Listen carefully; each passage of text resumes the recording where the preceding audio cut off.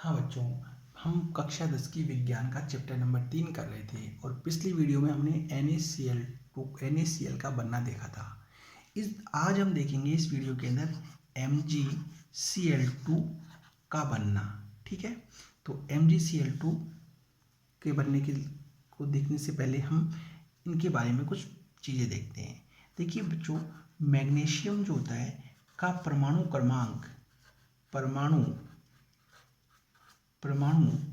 क्रमांक 12 है। ठीक है, इसका Mg का इलेक्ट्रॉनिक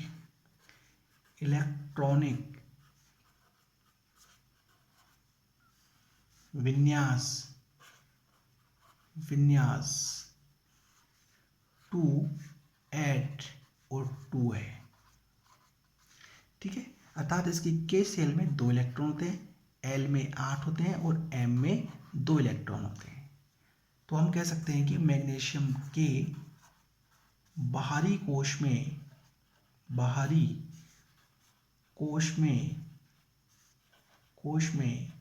इसका सबसे बाहरी कोश में 2 इलेक्ट्रॉन है। 2 इलेक्ट्रॉन होते हैं। ठीक है, 2 इलेक्ट्रॉन होते हैं। तो हम इसको इस प्रकार समझ सकते हैं, ये के कोश, इसमें ये 2 इलेक्ट्रॉन, ये एल कोश। ठीक है, इसके अंदर 1 2 3 4 5 6 7 और एक ये 8 इलेक्ट्रॉन, और इसके अंदर ये 1 इलेक्ट्रॉन और 2 इलेक्ट्रॉन। एम कोश के अंदर कितने इलेक्ट्रॉन हैं? 2 इलेक्ट्रॉन। तो के अंदर 2, एल के अंदर 8 और एम के अंदर ये 2 इलेक्ट्रॉन है। ओके बच्चों, इस स्थिति में ये परमाणु स्थायी नहीं है। क्यों नहीं है? ये कोश भरा हुआ है, ये भी भरा हुआ है। इस कोश के अंदर अधिकतम 8 इलेक्ट्रॉन होने चाहिए। एम कोश में स्थायित्व के लिए कितने इलेक्ट्रॉन होने चाहिए? 8। इसके पास कितने हैं? केवल 2। अब ये 6 इलेक्ट्रॉन किससे ले? तो जो कि संभव नहीं है। तो ये क्या करता है? इन 2 इलेक्ट्रॉनों को निकाल देता है, और जब इन 2 इलेक्ट्रॉनों को निकालेगा तो ये कोश, एम कोश क्या होगी? समाप्त हो जाएगी और केवल ये 2 कोश बचेगी। ठीक है, और ये कैसा हो जाएगा? मैग्नीशियम स्थायी हो जाएगा। तो देखते हैं हम स्थायित्व के लिए एम कोश में 8 इलेक्ट्रॉन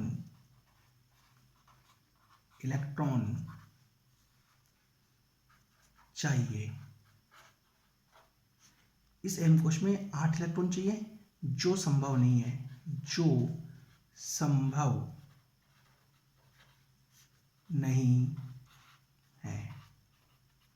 तो 8 इलेक्ट्रॉन इसमें संभव नहीं है। 6 इलेक्ट्रॉन कहाँ से ले?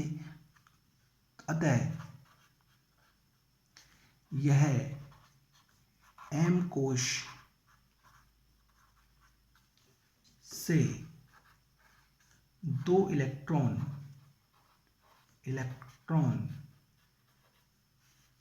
निकाल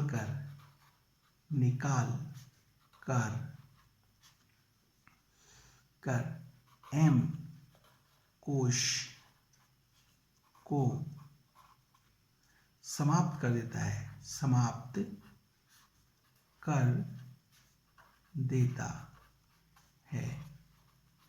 और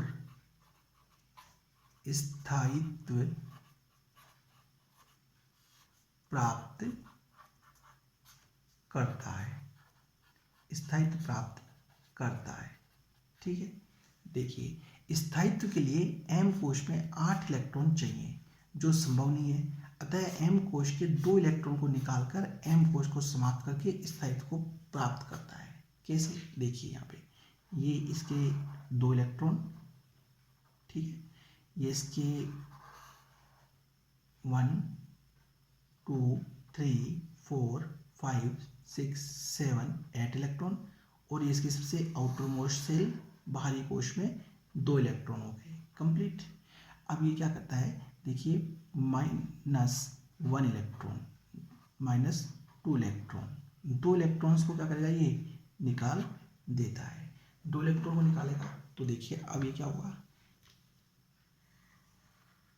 ये दो इलेक्ट्रॉन, ये वाले दो इलेक्ट्रॉन, ठीक है। इस कोश की बात करते हैं हम, तो ये 8 इलेक्ट्रॉन, 1 2 3 4 5 6 7 8, ये दो 8 इलेक्ट्रॉन।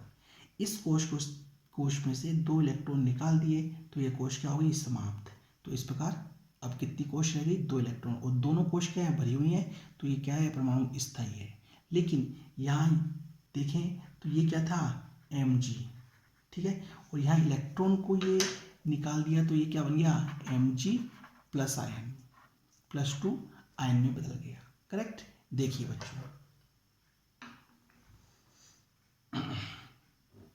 हाँ बच्चों, इस चीज़ को हम यहाँ देखते हैं। देखिए तो हम देखते हैं मैग्नीशियम ने, ठीक है, दो इलेक्ट्रॉन निकाले, इसका इलेक्ट्रॉनिक विन्यास 2 है। इसने दो इलेक्ट्रॉन इसने निकाले तो ये क्या बन गया, Mg+2 आयन, 2 8 इलेक्ट्रॉन। अब इलेक्ट्रॉनिक विन्यास क्या रह गया, 2 और 8, ठीक है, और ये मैग्नीशियम के आयन में बदल गया। मैग्नीशियम का Mg का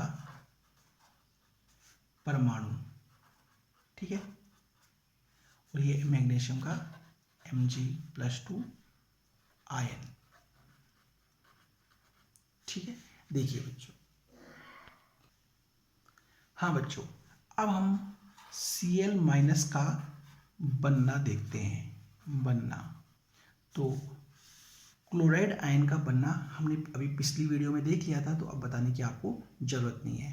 अब हम डायरेक्ट सीधे ही MgCl2 का बनना देखते हैं, का बनना, ठीक है।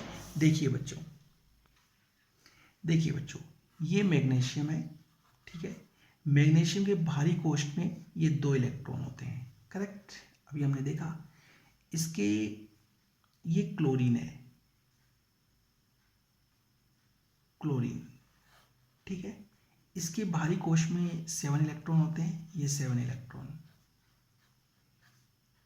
ठीक है। चूंकि मैग्नीशियम के MgCl2 के अंदर क्लोरीन के कितने परमाणु होते हैं, 2, तो एक परमाणु ये हो गया, सेकंड परमाणु ये हो गया, ठीक है। 2 2 4 2 6 1 7, सेकंड परमाणु ये हो गया, करेक्ट।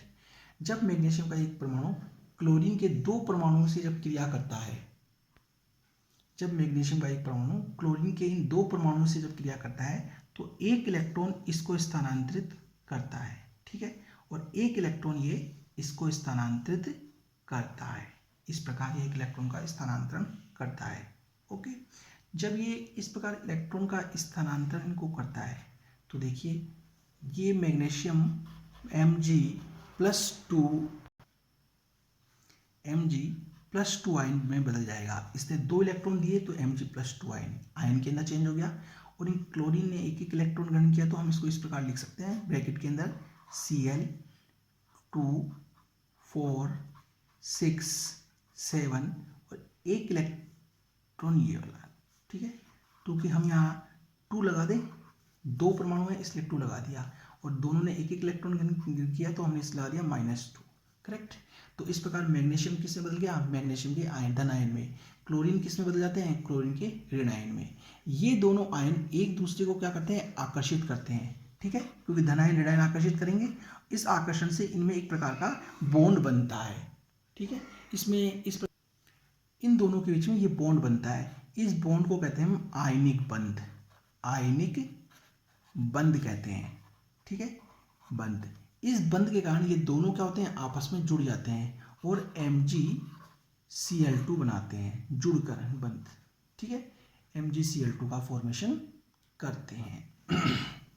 ठीक है, तो इस प्रकार बच्चों MgCl2 का फॉर्मेशन होता है, MgCl2 बनता है।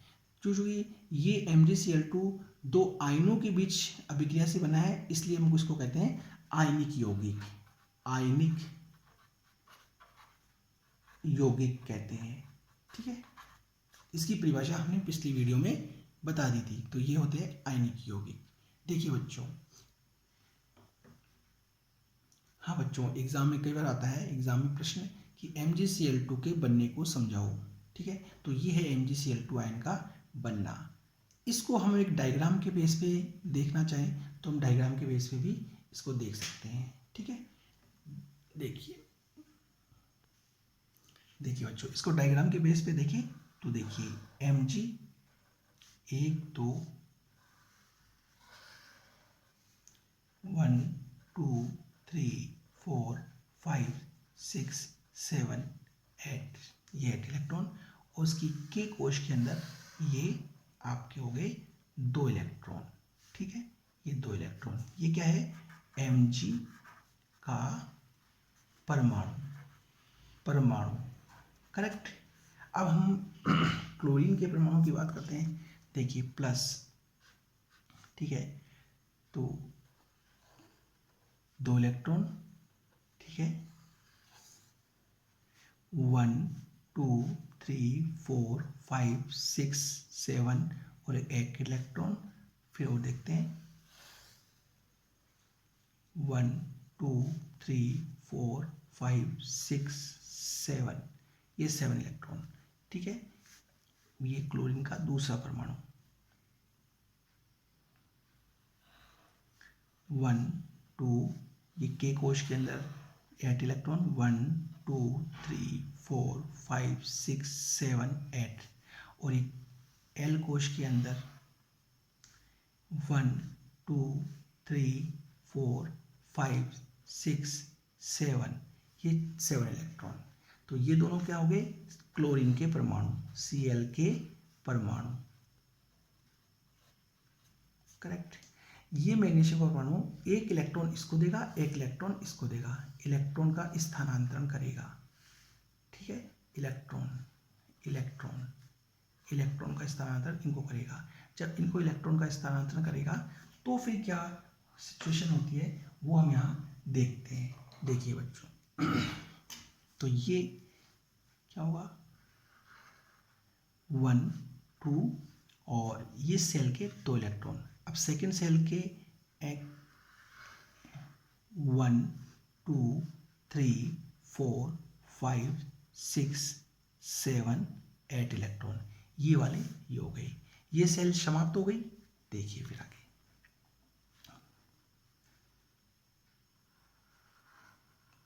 तो ये एक इलेक्ट्रॉन इसमें जाएगा, तो क्लोरीन का फर्स्ट सेल में 2 इलेक्ट्रॉन। ठीक है, सेकेंड सेल के अंदर 1 2 3 4 5 6 7 8 इलेक्ट्रॉन, ये वाले 8 इलेक्ट्रॉन। अब इस कोश के अंदर इस सेल की हम बात करते हैं, तो देखिए 1 2 3 4 5 6 7, ठीक है, और एक इलेक्ट्रॉन ये वाला ये इलेक्ट्रॉन, ठीक है, ये आ गया। करेक्ट। अब इसके अंदर ये एक इलेक्ट्रॉन ट्रांसफर होगा, तो देखिए 1 2, सेकेंड के सेल के अंदर 8 इलेक्ट्रॉन 1 2 3 4 5 6 7 8, ये 8 इलेक्ट्रॉन। इस लास्ट वाली में देखते हैं अंतिम बाहरी कोश के अंदर इलेक्ट्रॉन की संख्या 1 2 3 4 5 6 7, ठीक है, और एक 8 लास्ट इलेक्ट्रॉन ये वाला आ गया। Correct electron. तो ये तो था Mg+2 आयन, और ये बन गए दोनों Cl- आयन। ठीक है, तो ये हमारे पास क्या प्राप्त हुआ, MgCl2। करेक्ट, Mg+ और Cl के आयन इस प्रकार ये इलेक्ट्रॉन का स्थानांतरण करते हैं। तो देखिए बच्चों, ये था MgCl2 का बनना। करेक्ट। हाँ बच्चों, अब हम अगला टॉपिक लेते हैं धातु की लवण से अभिक्रिया। देखिए बच्चों, जब हम जस्ते की क्रिया कॉपर सल्फेट से करवाते हैं, ठीक है, कॉपर सल्फेट। जिंक क्या है? धातु। कॉपर सल्फेट क्या है? लवण। तो देखिए ये जस्ता इस यौगिक में से कॉपर को हटा के सल्फेट को अपने साथ जोड़ लेता है, ये बन गया कॉपर जिंक सल्फेट। साथ में हमें क्या प्राप्त हुई? कॉपर। करेक्ट। तो इस प्रकार जिंक की लवण से क्रिया करवाने पर हमें जिंक सल्फेट और कॉपर प्राप्त हुआ। करेक्ट। अब प्रश्न आता है कि जिंक ने इस यौगिक में से इसको क्यों हटाया? तो बच्चों इस बात के बारे में हमने पिछली वीडियो में डिस्कस कर लिया था। ठीक है, क्यों? तो इसका रीज़न क्या था? क्योंकि ये ज़्यादा क्रियाशील है, ये कम क्रियाशील है। ये ज़्यादा क्रियाशील इस यौगिक में से कम क्रियाशील को हटा देगा। करेक्ट। एक और देखते हैं, यदि हम यहाँ फेरस की कॉपर सल्फेट से अभिक्रिया करवाएं, ठीक है, तो देखिए फेरस क्या करता है? ये फेरस इस कॉपर सल्फेट में से कॉपर को हटा देगा और सल्फेट को अपने साथ में जोड़ लेता है। ठीक है, और हमें साथ में क्या प्राप्त होती है? कॉपर। ये क्या है? ज़्यादा क्रियाशील। ये क्या है? कम क्रियाशील। ये ज़्यादा क्रियाशील इस कम क्रियाशील को क्या है? हटा देगा और उसके साथ जोड़ लेता है। तो हम ये कह सकते हैं कि Fe व Zn ज़्यादा क्रियाशील है, ज़्यादा क्रियाशील है, क्रियाशील है।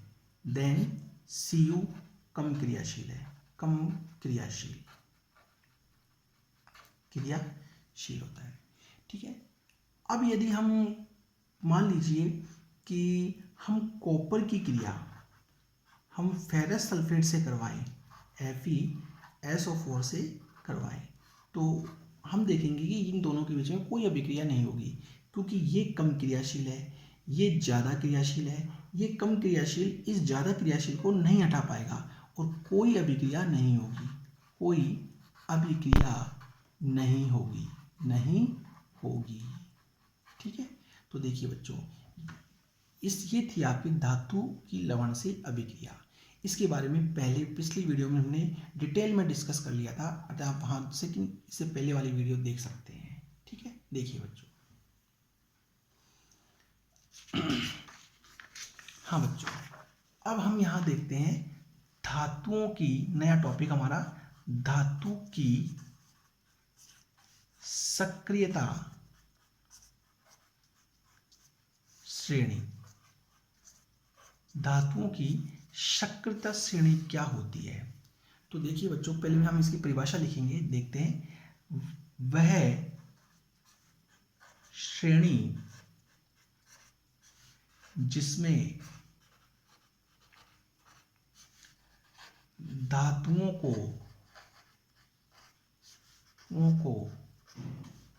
उनके सक्रियता के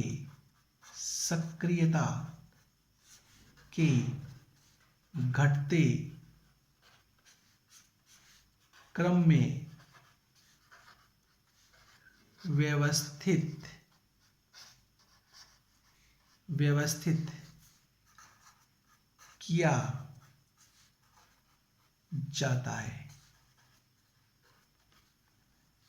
किया जाता है इस श्रेणी को सक्रियता श्रेणी कहते हैं। तो सक्रियता श्रेणी क्या होती है? वह श्रेणी होती है जिसमें धातुओं को उसकी सक्रियता के घटते क्रम में व्यवस्थित किया जाता है, इसे हम कहते हैं धातु की सक्रियता श्रेणी। तो बच्चों ये श्रेणी क्या थी वो देखते हैं और किस प्रकार व्यवस्थित किया गया था। तो देखिए, पहले मैं लिखूं,